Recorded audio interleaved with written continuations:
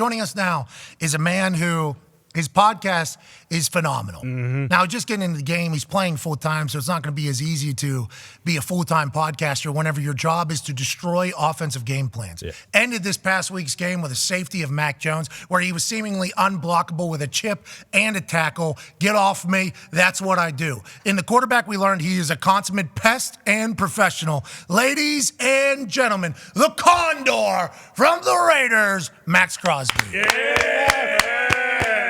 What's up, boy? I appreciate it. Hey, thanks for having me on. It means a lot, man. No, thank you for joining us, dude. It means a lot to us. Like, right now, you're playing your best ball, we will assume. Do you feel like you're only getting better at this stage still? And how is that even possible, seemingly? I think I'm playing some pretty good ball right now. You know, for me, every single day, it's a challenge, you know, to outdo myself the day before. So I'm not surprised by the results, but for me, it's an everyday process, and I know I have room to grow. So, you know, I could, in this league, like when you have success, guys, you know, especially early in their career, they think about, you know, you get all this hype and, oh, you're getting taps on the back and you could take a step back. But for me, it's like I try to stay in the middle, stay even keeled, and just find ways to improve and look at the things I can get better at. And that's why I feel like, you know, I'm consistently getting better every single day. Yeah, even keeled until we get it's you're the perfect mix, man. I think every team wishes they had a Maxx Crosby. It's beautiful. Go ahead, AJ.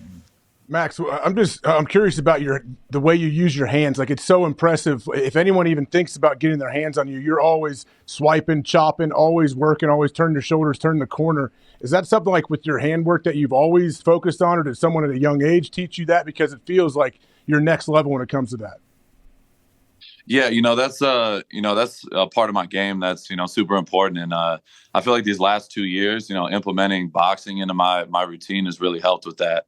I work boxing all year round, and I spar with like actual professionals and UFC guys. So, just hand quickness and anticipation and understanding distance is super important as a pass rusher. So once you have that, and then you have the ability to bend and speed rush and power rush and counter, it just, you're constantly, making the tackles guess. And that's what, my ultimate goal is literally just have them on their toes and guessing all the time. And, by the end of the game, they're confused and they don't know, what you're coming with. You're getting chipped and double teamed on most plays. Congratulations. You earned that. You earned that. Now, yeah, no problem. Now, Chandler Jones supposed to be on the other side. Everything that's taken place that has done that. Have you felt a sense of having to do more because of a loss of another incredible sack getter on your defense?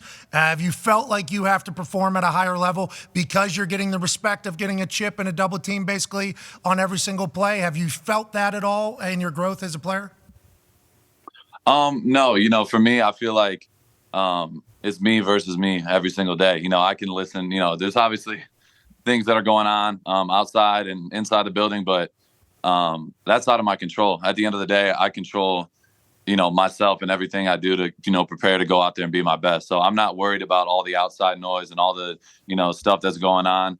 That's completely out of my control. So I control the controllables and just continue to get better. And that's all I can do every single day. Hell yeah. Control the controllables. Situations are situation. The little things turn into the big things. All those cliches are a cliche for a reason, though. Mm-hmm. You know what I mean? People like, but that's real. Like every single day, only worrying about what you can worry about takes a lot of pressure out of your life, Max. I don't think people really agree with that too much.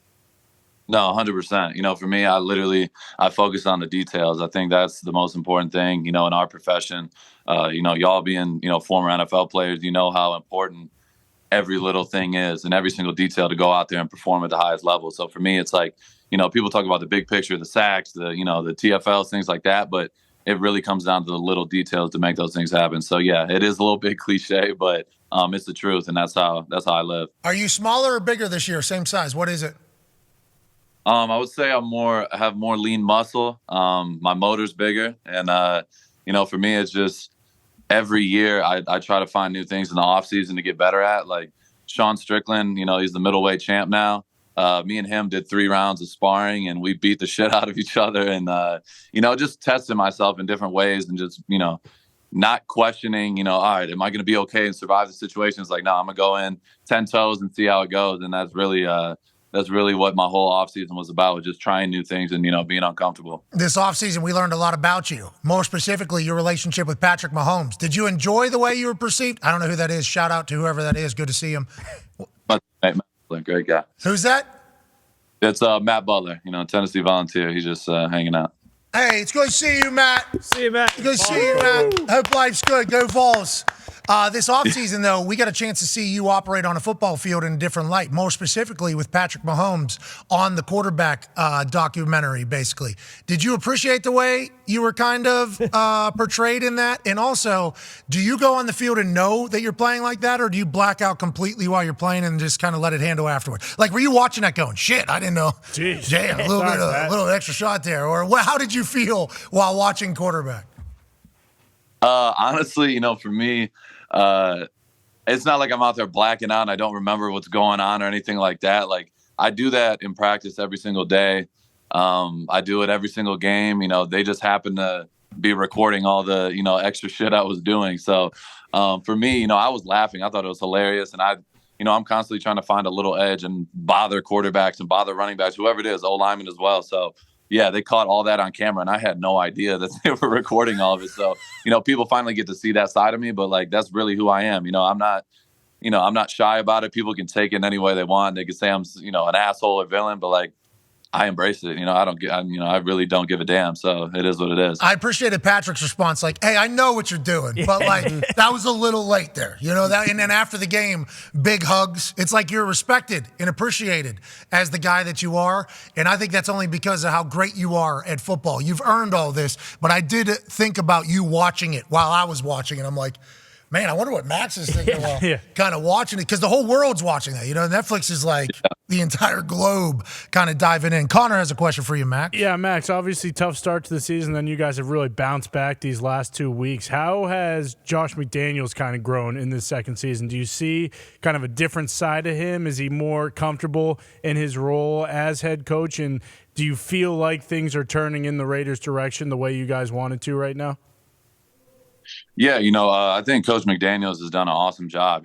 Obviously, like you said, you can read all the headlines and the negativity and things like that. When you're losing, that's what comes with it. So, when you win football games, people start talking about the positive. So Coach McDaniels is with us every single day. He's consistent, and that's all you can ask for in a head coach. Every single day is the same guy.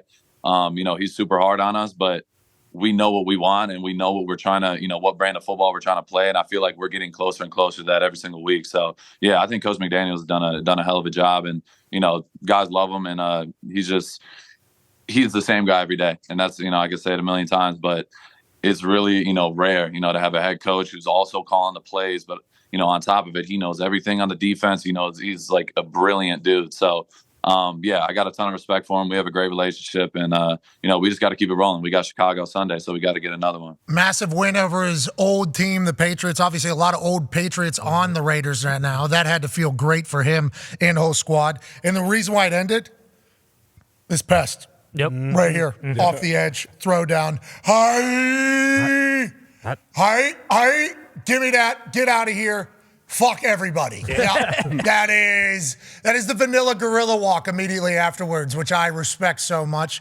You have a lot of incredible nicknames. Darius has a question for you. Yeah, speaking of some former Patriots, your DC Patrick Graham, what's it like playing for him? And where did that nickname, the Condor, come from?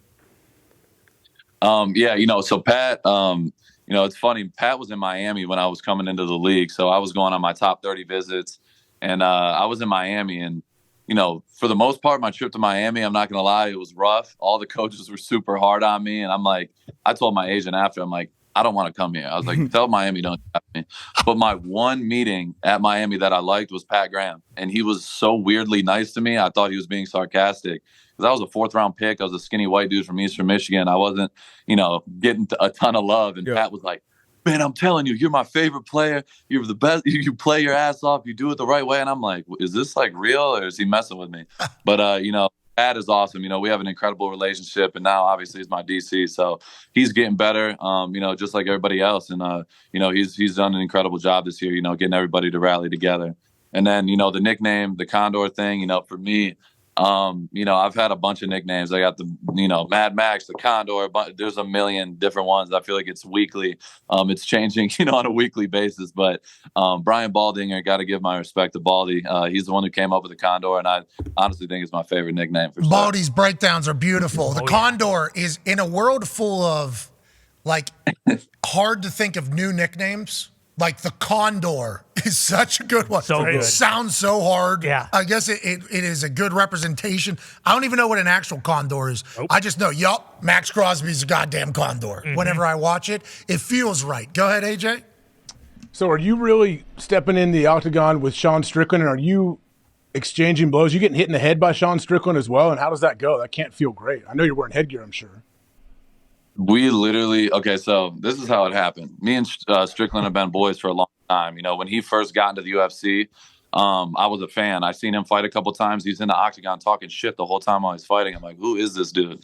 Then we, had a relationship for years and years, and all of a sudden he keeps winning. And now he's fighting Izzy for a title shot. So, we were cool. We're boys, and NFL Films calls and they're like, hey, we want to get a behind the scenes of how you train and blah, blah, blah. Do you have anybody, you can spar with? And I'm like, well, I know Sean Strickland. He's my buddy, but he's like notorious for being a horrible sparring partner because he goes in there and actually tries to knock people out.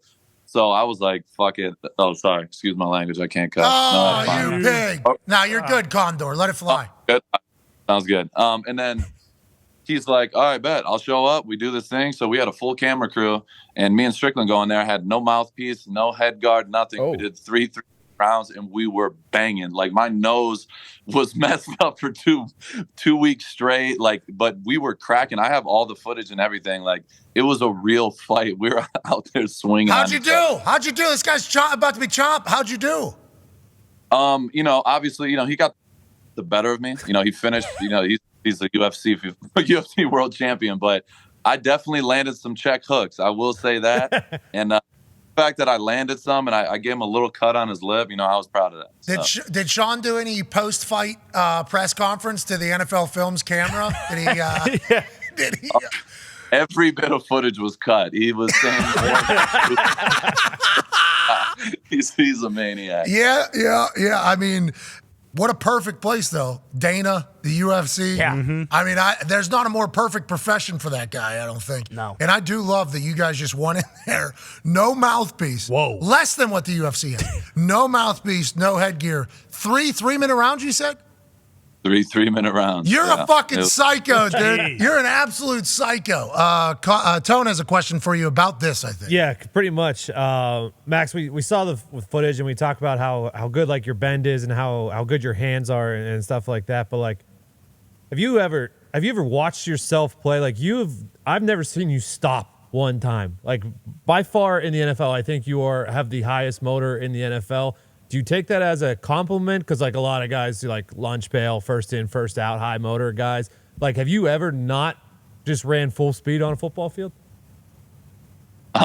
It's funny. A lot of people, especially early in my career, like I'm coming from Eastern Michigan. We had a great turf. So like I'm the ultimate blue collar guy. Immediately I get that label. So I had to really, earn the right to be put in the conversation as one of the, better pass rushers. But for me, I don't take it as a knock at all. The guys I look up to the most and that I idolize are the Kobe Bryants, the Jordans, the guys that put in the most work. And like over time, I know I'm going to get the respect, by just continuing to do what I do. So I don't take it as a diss that I'm, the hardest worker in the building. I love it. And, people could say it's, because I'm a white dude playing hard in the football field. It's like, oh yeah, it's all because he plays hard and, he's going to be tough. It's like, no, that's just another reason why, I separate myself from most of the people because I play every single snap. And there's no other DN doing that in the league or D lineman in general doing it. So I pride myself on it. And my skill level, I feel like matches my, my work ethic. So, just continuously, I want to keep, continuously going in that trajectory. What's your cardio though? You swim, you run, what is it? Yeah, well, I box. That's something that's, I implemented these past 2 years. I do, UFC stuff like Strickland. I went to Miami with Dana and those guys. Obviously, Dana's a friend of the show as well. But he invited me out to Miami. We went. Me and Hunter Campbell, Dana's right-hand man, we went on a 10-mile run on South Beach, and it was the hardest thing I've ever done. I'm 260 pounds. we did 10 miles, and it was the hardest thing I've done in my life. And I did it this off season, and everyone was scared to do it. And they're like, yeah, Hunter's like, yeah, man, I'm going 10 miles in the morning. Who's coming with me? And everyone's like, absolutely not. And I'm like, I'm doing it. I don't care. I'm Hell doing yeah. it. Hey, you're representing for football there, Max. We appreciate that. Yeah, exactly. So, yeah, we ran the 10 miles, and I was able to finish and do the whole thing. So, yeah, a little shit like that is like why I feel like I'm separating myself, because I'm not scared to go out there and test myself. So. Have you always been like that, even as a kid, like super good cardio? No. It's something I had to, establish. It took, years and years to get to that level. But it's just the obsession, to get better. That's where I'm at right now. Yeah, it's bananas, bro. You need to know that, because obviously the legs have to be in shape to be able to go every single play and hand-to-hand combat in there. But the cardio, like last night, Chargers started running some tempo against that Dallas front, and you saw a lot of this like immediately. It was like second quarter or whatever. I assume you'd be caught dead before you do one of these, but that's a skill. That's a talent. That's a trait that not a lot of people are able to have. I'm proud of you, dude. Hey, look at you developing cardio. That's not something I think that happens at an older age. No, it's definitely a little unique, but I appreciate it, man. Hell yeah. Go ahead, AJ. So I feel like you and Spillane there in the middle are like the modern day Bash brothers. When you look at your squad, I saw you talking about how much fun you guys have. You're always out there before practice, throwing the ball around, just having a great time. What's it like playing with that guy? Obviously, I'm sure he probably had some friendly fire where he's hit you in the back accidentally, because that guy's an absolute missile wherever he goes. But what's it like playing with him? He's right here, just all traps. His fucking neck, bro. We had him on one time, and it's just, I've never seen anything like it, dude. I've never seen it. From here, it's unbelievable. But yeah, no, Spillane he's my guy. When he came in this offseason and signed with us, he immediately comes in. He's like, bro, I want to work out with you. And we're on the field running sprints, doing our thing together. And I was like, I could play with this dude. So yeah, he's come in and he's a tone setter. Every single day he's out there on the field throwing the ball around before practice like he's a kid. And like, that's the type of energy you want in the building, especially in the NFL. It's every single day. It's the hours and hours of hard work. And when you have guys that are just out there having fun and enjoying playing the game, like that's what you want. So he's an absolute legend. I love Robert Spillane. The dude played at Western Michigan. We were playing against each other in college. So it's crazy. Obviously both of us Matt guys in the NFL starting. So it's definitely a blessing. He's got the C on his chest too. Like, he was getting 1 year like tryout contracts pretty much with the Steelers the last couple of years and made some big time plays, but it wasn't like he was the guy. And then we see him on Monday night. Dude's got a C on his chest. What's up, dude? How we doing? That was not, I don't know who that was, but I know that wasn't Bobby Spillane. You know what I mean? That's Big JT, Jerry Tillery, baby. Hey, what's up, Big JT? Yeah. What's up, Big JT? Where are we in the building right now? I'm in the D-line room right now, so we got people going in and out. Most entertaining room in any football building on earth is the D-line room. If you get a chance to go in and just drop an ear into a room, you go right to the D-line room. Who knows what the conversation is going to be, but it is going to be electrifying. Last question for you here, Max. We appreciate the hell out of your time. Go ahead, Ty. Max, every week, obviously, you're a game wrecker, and then Pat mentioned, you obviously have the respect of offenses because you're getting doubled and you're getting chipped, but do you still feel like disrespected or almost underappreciated because you're not always mentioned in the same category as guys like TJ Watt and Myles Garrett, Bosa, those kind of guys? And do you give a shit about that at all? I definitely do. For me, my goal is to be the best. Simple as that. So every single day I show up, every time I go out on the field, I'm trying to prove a point, and I take everything personal. So for me, it's an obligation for me to make it unfair, and people have to put me in that conversation. I don't care how long it takes. My goal is to get there, and I know where I'm going. So yeah, I definitely take it personal. I don't sit there and worry about the other guys and are they doing this, but for me, it's like, all right, if I'm at my best, I know I'm going to give myself a chance to eventually, people give me that full respect. But I understand it. Like Nick Bosa, TJ, all those guys got massive amount of respect for them. But like for me, I'm a 4th round pick from Eastern Michigan. I'm not supposed to be doing what I'm doing. They're all top 10 picks. So for me, I've always had to go above and beyond to prove my worth, and I'm willing to run that race. And that's what gets me up in the morning every day. Hell yeah. Keep that chip on his shoulder, maybe 10 of them. And obviously, congratulations on the podcast launch, The Rush, at youtube.com/Maxx Crosby _98. If you scan that code right there, it will take you right to the pod. We're pumped you're getting into this world. How have you been enjoying it, and what have the shows been like? It's been incredible. We're about to drop our third episode today, so tune in on that. I love it. It's something we've been talking about for a while. My co-host, Brogan Roback, he starred on Hard Knocks. Brogan? Yeah. The Brogan? What? Brogan, that's my co-host, my best friend. We're day one, so he's my co-host, and then my other two teammates from Eastern Michigan, Darian Terrell, Dustin Creel. We have a whole team. It's all organic, all in-house, and we're doing it just our way, and we just want to keep building it. So, like I said, we've been wanting to do it for a long time, and I think it's off to a great start, so we're excited. Hell yeah, it is, man. Keep going. We're very lucky that players like you are sharing their story and opinions and ideas. It's better for the sports world as a whole, just like you are for the NFL. We appreciate your time, brother. Have a great week.